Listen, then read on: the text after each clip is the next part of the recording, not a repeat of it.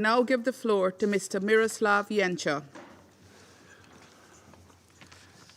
Madam President, later this month, we will mark 2 years since Russia's full-scale invasion of Ukraine, launched in blatant violation of the UN Charter and international law.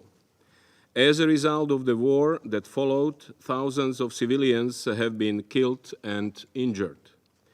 Millions have been displaced, and for those who have stayed, the damage and destruction of critical infrastructure and the continuous threat of attacks impact all aspects of their daily lives. The approaching anniversary of the invasion is not only an occasion to recount the horrors of the past 2 years, but also a reminder that the armed conflict in Ukraine did not begin on 24 February 2022, but has been ongoing in the country's east since 2014. The United Nations has been and will remain fully committed to the sovereignty, independence, and territorial integrity of Ukraine. Today's meeting is also a reminder that over the years, there were numerous efforts to settle the situation by diplomatic means. Unfortunately, these efforts did not result in a lasting solution, nor stop the Russian Federation from launching a full-scale armed attack on its neighbor. The United Nations was not formally part of any mechanism related to the peace process in Ukraine, such as the Normandy Format. The United Nations was not invited to be a participant in the various negotiations in Minsk, nor to the 2014 and 2015 agreements. Neither was the United Nations involved in the implementation efforts led by the Organization for Security and Cooperation in Europe, OSCE, in the Trilateral Contact Group. We therefore refer to those directly involved to reflect on the details of these processes and the implementation of the related agreements. Over the years, the United Nations had expressed full support to all involved in their diplomatic efforts and to the full implementation of the Minsk Agreements and related measures in accordance with the Security Council Resolution 2202 and the Presidential Statement of 6 June 2018.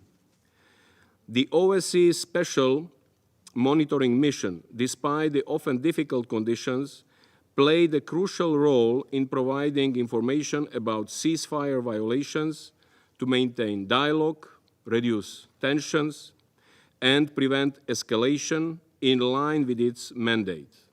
The hard work and dedication of the more than 1,000 monitors and the mission's leadership deserve to be recognized and commended. We are grateful to the OSCE for the good and constructive cooperation over the years. In line with Chapter 8 of the United Nations Charter, the United Nations provided its expertise when requested and as appropriate to the OSCE Special Monitoring Mission on specific matters including women, peace and security, and ceasefire monitoring. When requested, we also supported some of the working groups under the OSCE-led Trilateral Contact Group. In order to provide assistance to those affected by the conflict, our colleagues on the ground consistently coordinated with the OSCE Special Monitoring Mission on security, humanitarian and human rights access-related issues.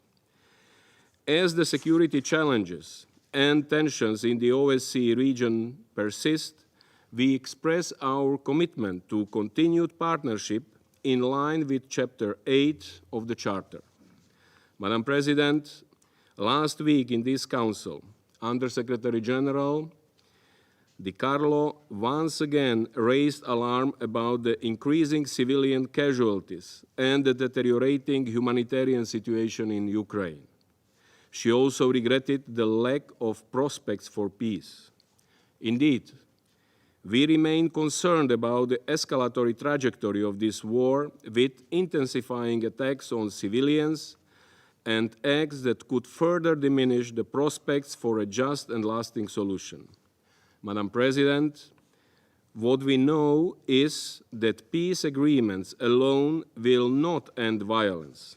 Peace processes must address the root causes of the conflict and come with full and equal participation of women and youth and inclusion of civil society voices. What we need for Ukraine, for the region and the world is a just, lasting and comprehensive peace in line with the UN Charter, international law and the resolutions of the General Assembly. In this regard, I would like to reiterate the calls by the UN General Assembly to support de-escalation and encourage diplomatic efforts to this end. The United Nations continues to stand ready to support. Thank you. I thank Mr. Jenča